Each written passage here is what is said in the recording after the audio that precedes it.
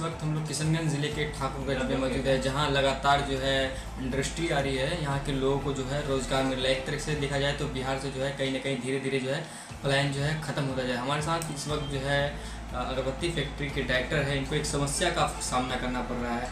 बिहार में इन दिनों जो है किशनगंज ज़िले के ठाकुरगंज में जो है बिजली की लाचार व्यवस्था को लेकर जो है लगातार इंडस्ट्री जो है बंद होने की कगार पर है।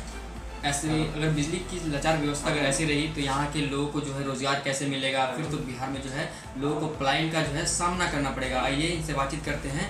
जो है कंपनी जो है लगातार जो लोगों को जो है रोज़गार दे रही थी, महिला को रोज़गार दे रही थी। एक कंपनी के वजह से जो है कई परिवार जो है का घर चल रहा था, कई परिवार के बच्चे जो है शिक्षा प्राप्त कर रहे थे, लेकिन कंपनी जो है बंद होने के कगार पर है। ऐसे में जो है लोग जो है बेरोज़गार हो जाएंगे। ऐसे में लोगों के जो है बच्चे पे जो है काफ़ी असर पड़ेगा।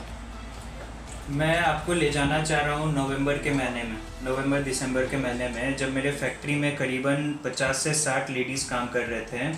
और वो लेडीज़ इतना ज़्यादा ट्रेंड हो गए थे कि एक एक लेडीज़ नहीं भी तो मिनिमम 12-15 हज़ार रुपया कमाई रही थी, क्योंकि हम लोग केजी का रेट कर दिए थे। एंड केजी के हिसाब से वो इतना डेवलप हो गए थे कि वो इतना ज़्यादा प्रोडक्टिविटी दे रहे थे कि आईटीसी जैसा बड़ा कंपनी जो हम लोग के साथ लिंक है, वो हम लोगों के प्रोडक्शन से एक आश्चर्य हो गया था कि ये कंपनी इतना ज़्यादा प्रोडक्शन देने में सक्षम हो रखा है।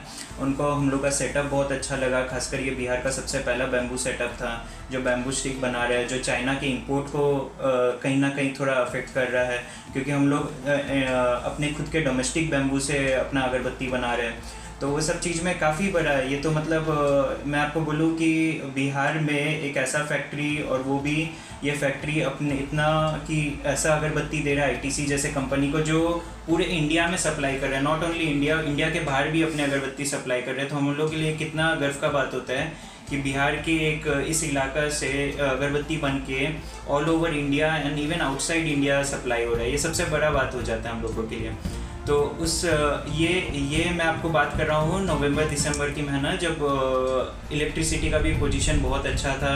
मतलब बहुत अच्छा तो नहीं बोलूँगा, लेकिन हाँ ठीक है, अच्छा था उस मोमेंट में, क्योंकि ठंडे के भी टाइम था, पावर ब्रेकडाउन थोड़ा कम था और फैक्ट्री काफ़ी स्मूथली चल रहा था। बट अब मैं आपको ले आता हूँ मार्च अप्रैल के महीने में, और ख़ासकर इस मई के महीने में, जहाँ इतना ज़्यादा ब्रेकडाउन देखने को मिल रहा है, इतना ज़्यादा ब्रेकडाउन देखने को मिल रहा है कि फैक्ट्री तो अपना लॉस में चल ही रहा है। अब कम मार्जिन होने के कारण हम लोग क्या होता है कि फैक्ट्री को पूरा दिन डीजी में नहीं चला सकते हैं, क्योंकि देखिए बिजली रहे या नहीं रहे, इलेक्ट्रिक का तो फिक्स चार्ज हम लोग को देना ही पड़ेगा। ये बिजली विभाग का नियम है, तो वो भी देना पड़ता है हम लोग को। ऊपर से हम लोग डीजी भी नहीं चला पाते हैं। और इस चक्कर में क्या होता है कि कहीं ना कहीं जो लेडीज़ सब जो हमारे फैक्ट्री से जुड़े हुए हैं, जो काम कर रहे हैं, उनको उस दिन के लिए छुट्टी बोलना पड़ता है। अब छुट्टी बोलना पड़ता है तो ऐसे लगातार कितने बार हो जाते हैं कि 2-3 दिन तक बिजली की व्यवस्था बहुत ख़राब है। तो आप खुद सोच लीजिए कि अगर 3-4 दिन से कोई आदमी अपने घर में बैठा हुआ है और वो उस पीरियड में कमा नहीं पा रहा हो, तो वो अपना घर परिवार कैसे चलाएगा। तो उस चक्कर में क्या होता है, उसको दूसरे जगह रोज़गार के लिए जाना पड़ता है। वो दूसरे जगह रोज़गार के लिए जाता है तो ये कंपनी के लिए एक नुकसान हो जाता है। ऊपर से उनको काफ़ी दिक्कत होता है, उनको वापस से नया स्किल डेवलप करना पड़ता है जिस कंपनी में वो काम कर रहे हैं। तो इससे क्या होता है कि अभी कुछ इन महीनों से क्या हो रहा है कि हमारे फैक्ट्री में नए लोग आ रहे हैं रोज़गार के लिए। वो सीख रहे हैं कैसे बनाना है अगरबत्ती, कैसे क्या करना है। फिर वापस बिजली के कारण उनको छोड़ना पड़ रहा है, हम लोग को उनको मना करना पड़ रहा है आने के लिए, और उन लोग को काम छोड़ के दूसरा जगह जाना पड़ रहा है। तो ये कब तक चलते रहेगा। इस चक्कर में क्या हो रहा है कि फैक्ट्री जितना कमाया नहीं, उससे ज़्यादा वो नुकसान में जा चुका है। और ये नुकसान कब तक चलेगा अगर बिजली का स्थिति ये रहेगा। हम लोगों ने काफ़ी प्रयास किया, कितने सारे पदाधिकारी हम लोगों से बात करके, कि इस समस्या का कोई निवारण निकालिए, नहीं तो कब तक ऐसे चलेंगे। तो अब हम लोग को यही समझ में आ रहा है कि इतना दरखास्त करने के बाद भी जब ये चीज़ पे कुछ नहीं होगा, तो इतना घर से पैसा लगा के तो फैक्ट्री नहीं चलाया जा सकता है। तो अगर इसी स्थिति से चलते रहे, इसका कोई बैकअप प्लान तैयार नहीं किया गया, तो हमें लगता है कि हमें ये उद्योग को बंद करना पड़ सकता है। ये कंपनी के लिए तो एक काफ़ी बड़ा नुकसान हो जाएगा, काफ़ी बड़ा लॉस हो जाएगा। और ख़ासकर आप ये सोचिए ना कि जितने घर हमारी इस फैक्ट्री के कारण चल रहे थे, वो उन लोगों का क्या होगा। हम तो एक रोज़गार देने का कोशिश कर रहे हैं। हम ये भी नहीं देख रहे कि कंपनी में मार्जिन कम है, हम ये देख रहे कि कंपनी में रोज़गार ज़्यादा है। लेकिन वहाँ अगर हम रोजगार भी नहीं दे पाए तो ये कंपनी लगाने का उद्देश्य क्या हुआ? कुछ नहीं हुआ ये कंपनी का उद्देश्य। अब देखिए वोल्टेज का एक समस्या था, उसको हम लोग बैकअप करने के लिए क्या कर लिया, हम लोग OLTC ट्रांसफार्मर लगा लिए।